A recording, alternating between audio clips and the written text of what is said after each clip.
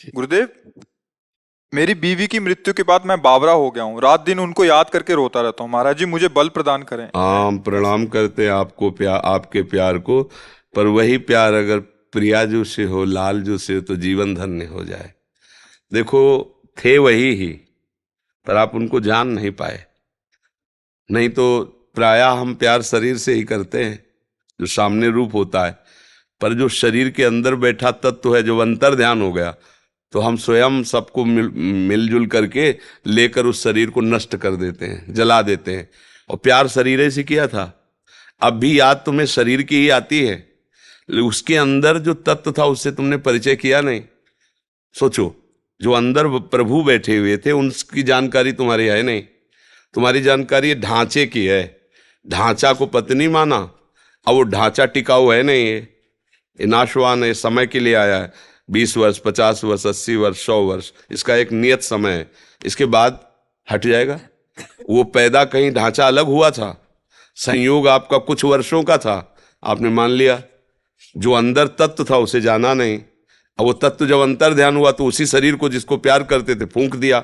अब उसी शरीर का चिंतन करके तो मुझे लगता है कि थोड़ा सुधार करो। अब वो अंदर जिसके लिए तुम तड़प रहे वो प्रभु ही था, उसे तुम जान नहीं पाए, वो भगवान ही थे। नहीं, जो बहुत प्यार करता है शरीर से, जब उसके अंदर से भगवान चले जाएं तो वो कहेगा अब वो नहीं रहे। तो तुमने प्यार किससे किया था जानते हो तुम? जो वो नहीं रहा उसको तुम जानते थे? नहीं जानते थे। तो जिसको जानते तो सामने अब करो ना प्यार। बोले नहीं, अब वो नहीं रहा, इसलिए इसको हटा दो। मतलब तुम अनजाने में भी भगवान से प्यार कर रहे थे। सबके अंदर बिजली जो है ना, वो भगवान ही है। ये जो चैतन्यता है ना, हंसना, खेलना, बोलना, प्यार, दुलार, ये भगवान है अंदर, उन्हीं का पावर है। और वो अंतर ध्यान हो गए तो कितना भी सुंदर प्यारा शरीर हो, आग लगा दी जाती है, गाड़ दिया जाता है या फेंक दिया जाता है। कोई महत्व तो नहीं रखा जाता। समझो, तुम जिसके लिए रो रहे हो वो शरीर था, परमात्मा के लिए नहीं रो रहे हो। क्योंकि उसके लिए रोते तो प्रश्न खत्म हो जाता, निहाल हो जाते। ऐसा प्यार प्रभु से हो जाए तो अभी जीवन कृतार्थ हो जाए, महात्मा बन जाओ। तो मुझे लगता है थोड़ी दिशा गलत है, उसको सही कर लो तो आनंदित हो जाओगे। क्यों भाई? आप सोचो, तुम्हारी अगर होती तो तुम्हारे पास से क्यों जाती? तुम इतना प्यार कर रहे हो, क्यों जाती? तो इसका मतलब वो शरीर नहीं थी, वो परमात्मा था। और वो अभी भी है। अगर तुम रो करके उसको पुकारो कि मुझे परमात्मा रूप से नहीं, मेरी पत्नी रूप से, तो वो पत्नी रूप धारण करके दिखाई दे देगा। वो आपको भाव में दिखाई देगा, मेरी पत्नी मेरे से बात कर रही, मेरे से मिल रही। क्योंकि बिजली वही है ना, उनको रूप रखने में कितना मिनट लगता है, वो तत्काल रूप रख लेते हैं। तो फिर भी वो रूप टिकाऊ नहीं है। जो रूप भगवान का है उनसे देखो, इतने से प्यार में तुम लट्टू हो गए।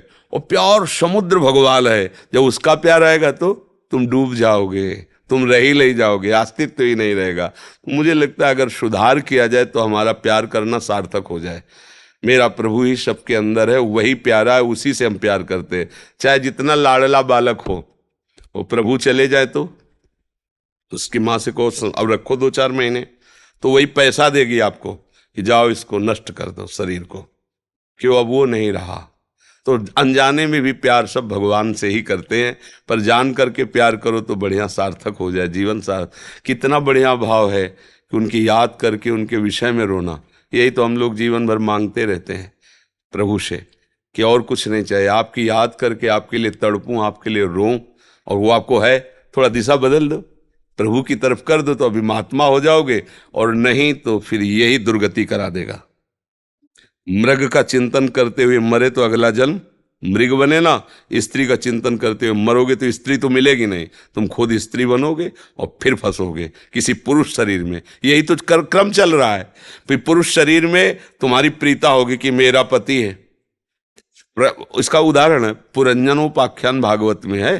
तो पुरंजन ने एक सुंदर स्त्री को देखा, राजमहल 9 दरवाजे का, पूरा बगीचा, लुभायमान हुआ, इतना आसक्त हो गया कि जब मरा तो उसका चिंतन हुआ, तो वो जाके स्त्री बना, मगध देश राजा की रानी बना। अब वो युद्ध में राजा मारा गया, अब वो अपनी चूड़ियां फोड़ के रो रहा था।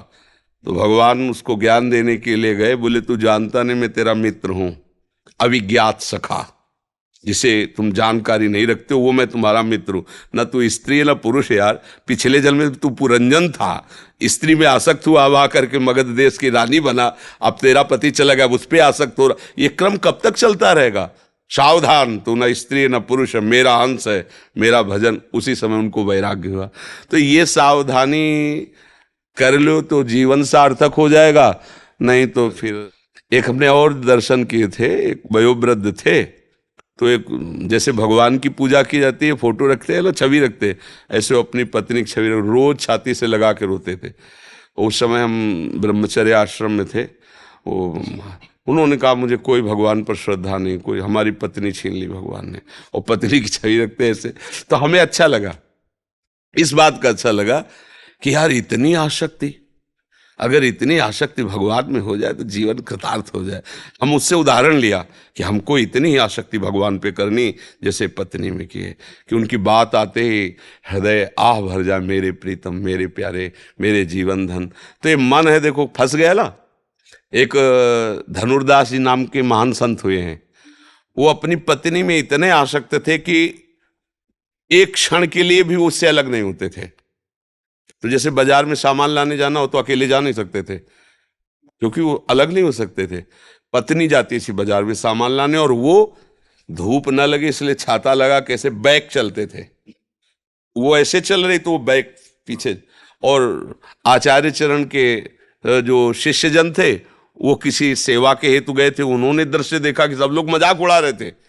ऐसे व्यक्ति का मजाक होता है ना, लेकिन उसको कोई परवाह नहीं थी, अपनी पत्नी में एकटक लगाए हुए दृष्टि, छाता लगाए हुए ऐसे चल रहा। उन्होंने जाके बताया कि एक हमने ऐसे स्त्री आसक्त पुरुष को देखा ऐसे। तो वाह, ऐसा प्रेमी, मैं दर्शन करूंगा ऐसे प्रेमी के।